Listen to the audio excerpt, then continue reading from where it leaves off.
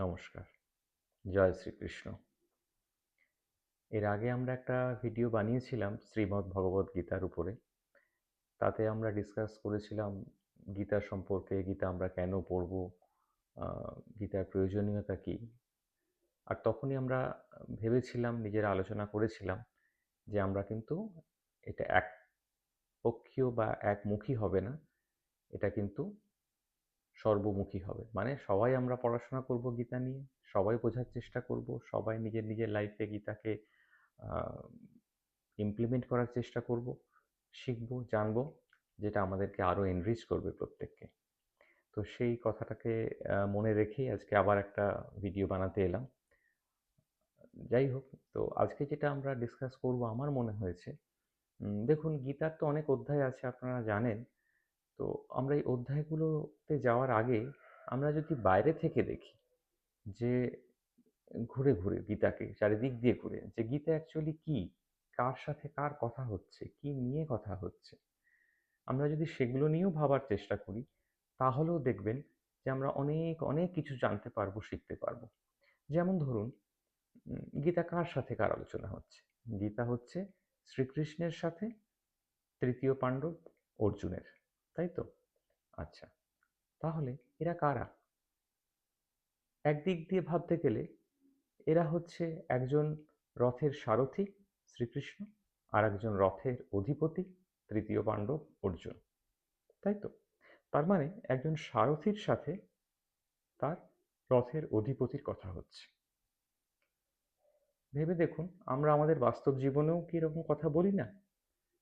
যখন এই যেমন শ্রীকৃষ্ণকে অর্জুন জিজ্ঞেস করছেন কি করা উচিত, আমি বুঝতে পারছি না, এরকমভাবে করা উচিত নয়, নিজের ভাতৃহত্যার দায় কেন আমার মাথার উপর পড়বে, ভাইয়ের রক্ত কেন আমার হাতে লাগবে? কনফিউজড অর্জুন, এত বড় যোদ্ধা, সে কিন্তু কনফিউজড, ডিসিশন নিতে পারছে না, দোটানায় আছে। তখন তার সারথি তাকে পথ দেখাচ্ছে, তাকে বোঝাচ্ছে। এরকম ডিসকাশন কি আমরাও করি না? ধরুন আমরাও কোথাও একটা গাড়িতে করে বেরোলাম, ঘুরতে বেরোলাম অজানা জায়গায়। যেতে যেখানে আমরা একদম কাছাকাছি পৌঁছে গিয়ে আমরা হয়তো পথ খুঁজে পাচ্ছি না। গুগল ম্যাপও আমাদের আর পথ দেখাতে পারছে না। তখন আমরা কি করি? আমাদের যিনি রাইড করছেন তার সাথে আলোচনা করি, আচ্ছা এই দিক দিয়ে গেলে কেমন হয়? ওই ভদ্রলোককে জিজ্ঞেস করা যাক। চলো এই মুদির দোকানটায় গিয়ে দাঁড়াই, একবার জিজ্ঞেস করি।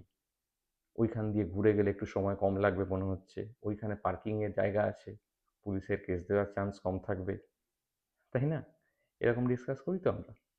তো সুতরাং একজন সারথির সাথে যেমন সেই রথের যে যোদ্ধা তার কথা হচ্ছে, ঠিক সেরকম আমরাও কিন্তু আমাদের দৈনন্দিন জীবনে এরকম ডিসকাস করি, কথা বলি।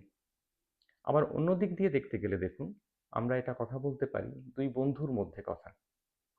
কারণ এই মহাভারতে যদি আমরা জানি, শিখি, পড়ি, মহাভারত কথাতে বিভিন্ন জায়গায় বারবার, ইভেন শ্রীমদ্ভগবদ্গীতারও বিভিন্ন জায়গায় ছত্রে বারবার শ্রীকৃষ্ণ এবং অর্জুন একে অপরকে সখা বলে সম্বোধন করেছে, মানে বন্ধু বলে সম্বোধন করেছে। তার মানে এই যে আলোচনা, এই যে গীতার যে বিভিন্ন প্রশ্ন এবং উত্তর পর্ব, একজন আরেকজনকে যে বোঝাচ্ছে, একজন জানার চেষ্টা করছে, আরেকজন বোঝাচ্ছেন, এটা কিন্তু দুই বন্ধুর কথোপকথন। এক বন্ধু অনেকটা দিগ্ভ্রান্ত হয়ে পড়েছে, আর এক বন্ধু তাকে বোঝানোর চেষ্টা করছে যে সেটা কোন দিকে যাওয়া উচিত, কি করা উচিত, কেন করা উচিত। ঠিক যেরকম আমরাও আমাদের বাস্তব জীবনে যদি সত্যিই আমাদের কোনো বন্ধু থাকে, তারাও আমাদের বিপদের সময় সঠিক দিক নির্দেশ করার চেষ্টা করে, বোঝানোর চেষ্টা করে, যুক্তি দিয়ে পথ দেখানোর চেষ্টা করে, করতেই হবে এটাই ঠিক পথ বলে থেমে যায় না। তারা পাশে এসে দাঁড়ায় প্রয়োজনের সময়। ঠিক যেরকম আজকে শ্রীকৃষ্ণ তার সখা অর্জুনের পাশে দাঁড়িয়েছে, তাই না? আবার যদি ভেবে দেখুন, আমরা এটা ভাবতে পারি যে এদের সম্পর্ক একজন শিক্ষক আর তার ছাত্রের সম্পর্ক, মানে গুরু শিষ্যের সম্পর্ক, তাই না? গুরু শিষ্যের সম্পর্কই তো, যেখানে গুরু তার কিংকর্তব্য বিমূঢ়, মানে যে কি করতে হবে বুঝতে পারছে না, তার শিষ্য তাকে পথ দেখাচ্ছে, বলছে যে মোহমায়ার উপরে উঠে কিভাবে আমরা প্রত্যেক ইন্ডিভিজুয়াল, প্রত্যেকটা মানুষ, প্রত্যেকটা জীব, প্রত্যেকটা প্রাণী আলাদা আলাদা সত্তা নিয়ে এসেছি এবং আলাদা আলাদা সত্তা নিয়ে থাকি আর আলাদা আলাদা সত্তা নিয়েই চলে যাই। সুতরাং এই মোহের সংসারে, মায়ার সংসারে সবাইকে আমাদের কাছে টেনে নিতে হবে, সব ঠিক, কিন্তু সেই মায়ার বাঁধনে আমরা বাঁধা পড়বো না কখনো। এই জিনিসটা উনি বারবার বিভিন্নভাবে বোঝানোর চেষ্টা করছেন। আবার দেখুন অর্জুন কিন্তু পুরো গীতা জুড়ে বারবার বিভিন্নভাবে একটু একটু করে প্রশ্নের পর প্রশ্ন করেই যাচ্ছেন। ঠিক যেরকম একজন স্টুডেন্ট বা একজন শিষ্য তার গুরুর কাছে বা তার শিক্ষক বা শিক্ষিকার কাছে প্রশ্ন করেন, একটা প্রশ্নে স্যাটিসফাইড না হলে আবার পরের প্রশ্ন করছেন, আরও জানার চেষ্টা করছেন। এখান থেকে আমরা কি বুঝতে পারি না, শিখতে পারি না, যে একজন স্টুডেন্টের বা একজন বিদ্যার্থীর, শিক্ষার্থীর আইডিয়ালি অ্যাপ্রোচ কি হওয়া উচিত শিক্ষার প্রতি? শুধু নম্বর নয়, কোনটায় লং কোশ্চেন আসবে, কোনটা এমসিকিউ আসবে, কোনটা শর্ট কোশ্চেন আসবে তা নয়, বরং সে সাবজেক্টটাকে জানার চেষ্টা করছে, বোঝার চেষ্টা করছে। যতক্ষণ না সে স্যাটিসফাইড হচ্ছে, যতক্ষণ না তার মনের জিজ্ঞাসা, মনের অনুসন্ধিৎসা, অনুসন্ধান করার যে ইচ্ছে, সেটা যতক্ষণ না স্যাটিসফাইড হচ্ছে, ততক্ষণ কিন্তু সে জিজ্ঞেস করেই যাচ্ছে। আর এটাই তার বড় গুণ, যে এইরকম সে নিঃসন্দেহে সে যখন ধনুর্বিদ্যা শিখেছে, তখনও সে একইভাবে সে নিজেকে নিখুঁত করার চেষ্টা করেছে, পারফেকশনিস্ট হতে চেয়েছে, যে আমার আরও পারফেকশন চাই, আমি আরও ভালো হতে চাই, আমি আরও ভালোভাবে ধনুর্বিদ্যা করতে চাই। তাই জন্যই সে এত বড় ধনুর্ধর হয়েছে, সর্বশ্রেষ্ঠ ধনুর্ধর হয়েছে। সেরকমভাবেই আমরা যার যে কাজটাই করি, সেখানে যদি এরকম অর্জুনের মতো বারবার প্রশ্ন করতে থাকি, জানার চেষ্টা করতে থাকি, শেখার চেষ্টা করতে থাকি, জ্ঞান আহরণের চেষ্টা করতে থাকি, তাহলে আমরা আরও বেশি এনরিচড হব। সে কিন্তু কখনো ইগোতে ভোগেনি, যে না আমি এত বড় ধনুর্ধর, আমি প্রশ্ন করব, আমি জানি না। না, সে কখনো ভাবেনি। সে ভেবেছে আমি তো জানি না। হ্যাঁ, তা যেটা আমি জানি না, সেটা আমি তো জানার চেষ্টা করব।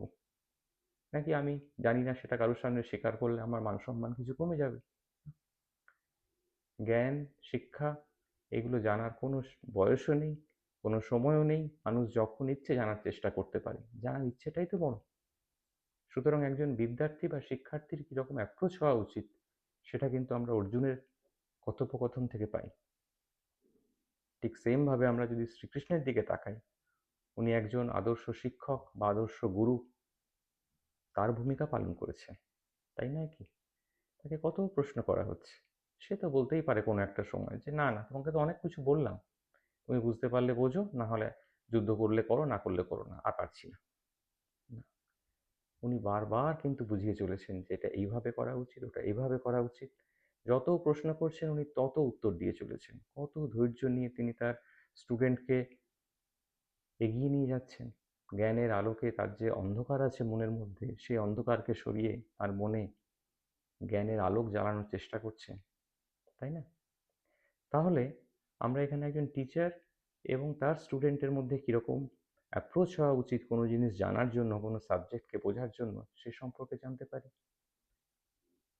আবার অন্যভাবে দেখতে গেলে আমরা দেখতে পারি যে এখানে এই সম্পর্কটা মানুষের সাথে তার দেবতার সম্পর্ক, যে দেবতা দিকভ্রষ্ট মানুষকে পথ দেখাচ্ছে এবং তাকে এগিয়ে নিয়ে যেতে সাহায্য করছে। সেখানে এই মানুষ যে কনফিউজড, বুঝতে পারছে না, সে বিভিন্ন সেই সহজ সরল প্রশ্নগুলো করছে এবং বারবার নিজেকে যাচাই করে নিচ্ছে যে সে সব কিছু জেনেছে কিনা, সে আরও জানতে চায়, বুঝতে চায়।